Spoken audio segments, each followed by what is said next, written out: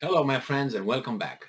I've been sitting on this report, or at least in this article, for a few days, and I didn't have the mood to get engaged with it because I know I have a lot of things to say on the subject, but I was not mm, in the mood. Now I am. Let's see what we can do about it. This is an article from the Fortune. It's from June 8th, 2022, and this is the title. Women must have at least 40% of board seats by July 2026. EU finally agrees after 10-year battle. All right. So when then EU Justice Commissioner Viviane Reding first proposed exchange listed European companies should be requiring to have gender balanced boards, Lara Bababa was just an intern Bababa. Now, the Dutch member of the European Parliament had the privilege of announcing a decade-long struggle requiring more women to sit on corporate boards had finally succeeded after member states dropped their objections. And I'm quoting, I don't know if that makes me a young MEP or if that makes this an old directive. But I think we can all agree that either way, 10 years is a rather long time, she said. All right, and then we have another person here saying that a landmark moment for the bloc, the legislation's reporter in the European Parliament argued, it will create a new culture starting at the top that would work its way through all levels of management. All right. It says, yes, the previous evening, the European Council that represents the individual interest of the 27 constituent government agreed to Brussels imposing an EU-wide decision stating that 40% of the company's non-executive directors in the future will be women. Okay, so we have a little thing here, a little problem, I would say. These guys make this. I'm not going to read the rest of it because it's all that they made this directive to have more women in certain positions. But you see, when you make this kind of how should I put it? When you have this kind of orders, laws, whatever you want to call them, you base them on some ideal, on something outside of the group, something that would apply actually to everything else. It's a value.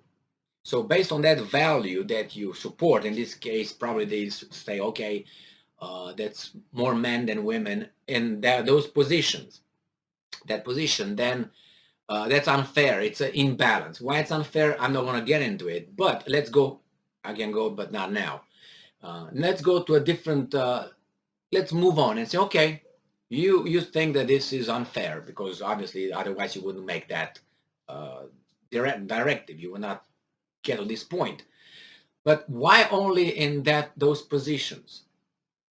And that if it's unfair, you have to make it across the board because it's unfair group to be not represented somewhere would also imply that another group has the same rights to say that it's underrepresented in other areas or in the same area. So let's say right now they made it 40%. I know why they made it only 40%. Why didn't they make it 51%, which is usually the balance between the proportion, right? It's 51% usually women and 49 men in a society, and that's how it is.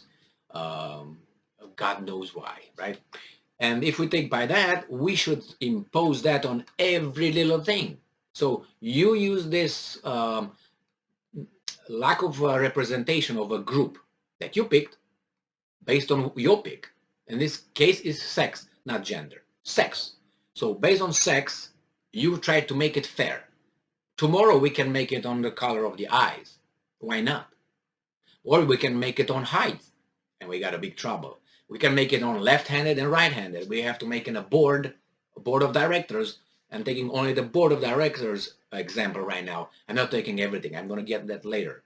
So next one is going to be every left-handed versus right-handed. So when you apply for a job, if you have too many right-handed already hired, you will not hire any more right-handed because you have to fill the quota.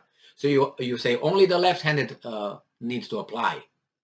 So you discriminate against the group to create this equitable representation, correct?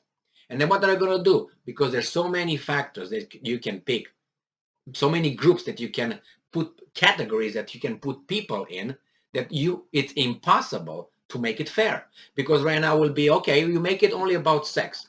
But let's say I say, okay, I want to make it with fat and thin. Why not?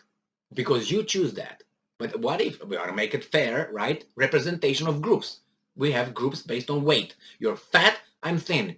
Okay, what represent below, let's say this amount, you're fat and this is thin. Then you take the first representation, the sex, then you take the second representation as a group.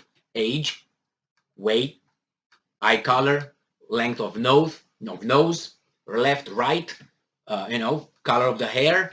So you see, this is not about showing, oh, we got 50% or 40% women, 60% men. Even that is discriminatory against men. I want to have people that are able. I don't care if they're men, women, or whatever it is. I don't care. But when you make it like this, you obviously say, okay, now we got 60% men, so we can't appoint a man anymore. We're going to have to appoint a woman, even if that woman would be less qualified than the man. So what would that result in? Inefficiency. Because you're going to hire, and vice versa. I gave you an example like this. Let's say you have already 40% women, and you have to hire only men. You're going to hire whatever, and you have more qualified women that cannot be hired, right? And then you have what? You said at least. We can go to at least. Okay, at least 40%. Why is at least? So then you can't go below that. You have to hire until you get to at least 40. And you have to ignore everybody else for that 40 to fill. And then you can look on the other side. That's so stupid. And then look at, not stupid, counterproductive. Counterproductive, as I said, if you apply the same rule in, let's say, education. In education, women are overrepresented in this case. Why don't we apply the same rule? Only 40%. And why don't we make the same thing with men? At least 40%.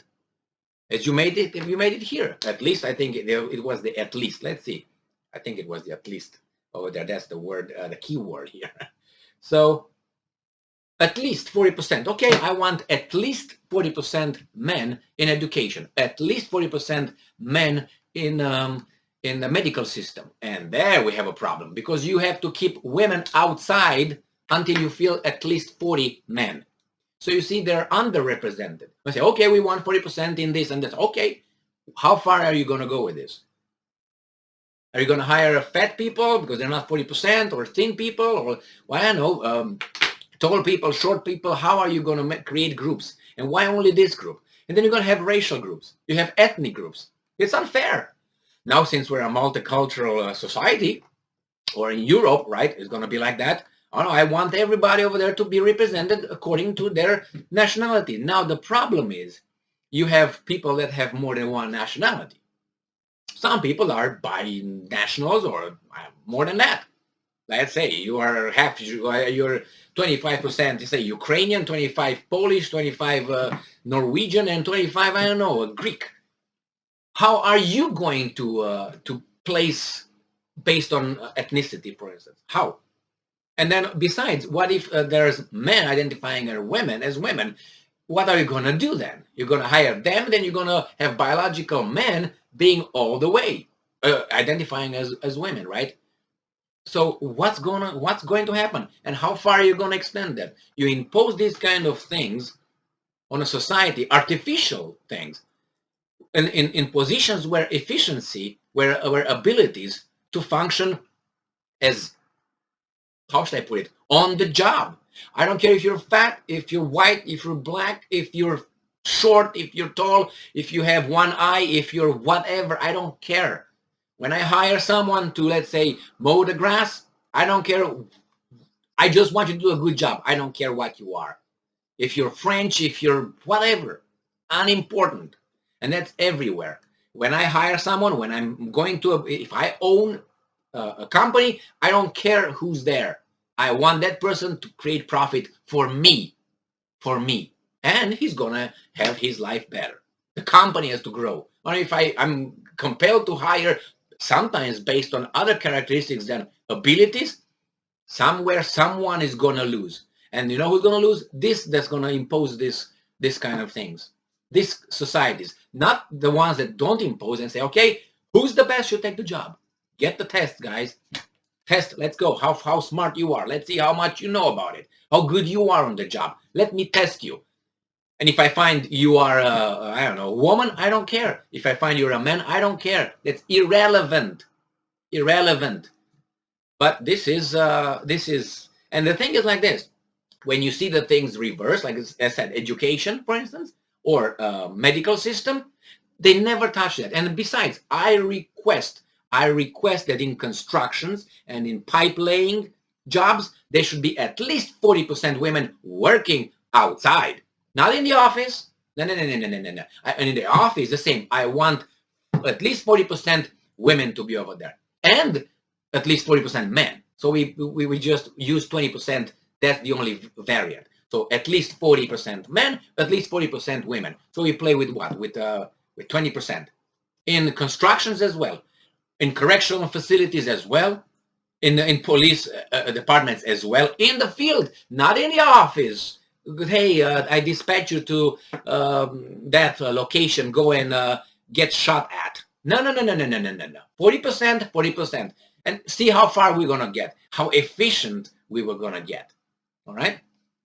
That's my little thing, and I have much more to talk about this, because I think this is an artificial, no, I think it is an artificial creation of a new society that's going to lose efficiency. And in the United States, we have examples of the same kind. Preferential hiring based on certain characteristics, not characteristics of efficiency, characteristics that you just happen to be fat. Let's say, I don't want to use, I'm going to use, why not? Use affirmative action, for instance, in college. There you have it. That's one example. You might agree with that. You might disagree with that. The fact is, once you do this to one group, that means you discriminate against other groups. You can call it however. And if this group needs help, if I am in that group, how would I feel? If they told me that I need help to get into college, what does that tell me? So I need a little extra boost because I can't compete with those guys? What does that mean? Does it mean that I'm better than them? Or no, it means the opposite. So from the very beginning, they think I'm not good enough. I need an extra so I can be at the same level with those guys.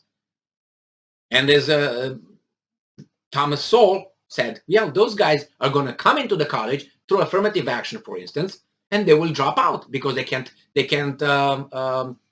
most of them, they will drop out. They can't compete, and they will fail. This is what Thomas Sowell said.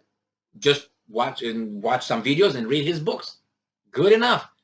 Like, you put me in a different category just because, and I don't belong there for whatever. I don't belong there, but you just put me because I'm Romanian, and I failed. Put me in, let's say, I don't want to say Harvard. Let's say, be nice, Oxford, okay? Or Cambridge. You get me over there, I can't compete. And they put me over there because I'm Romanian and I'm an immigrant or something, right?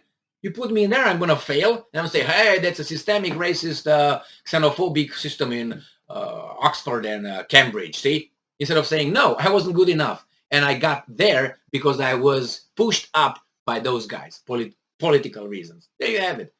So the same with the Romanians, with at least 40%. No, the ability should dictate. And if there's laws or procedures or policies that discriminate, they should be eradicated.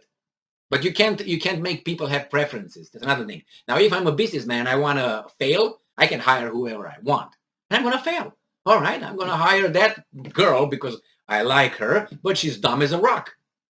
If I can afford for a while doing that, that's fine. But I'm going to go bankrupt. So that's on me. You know what I mean? But is that my goal?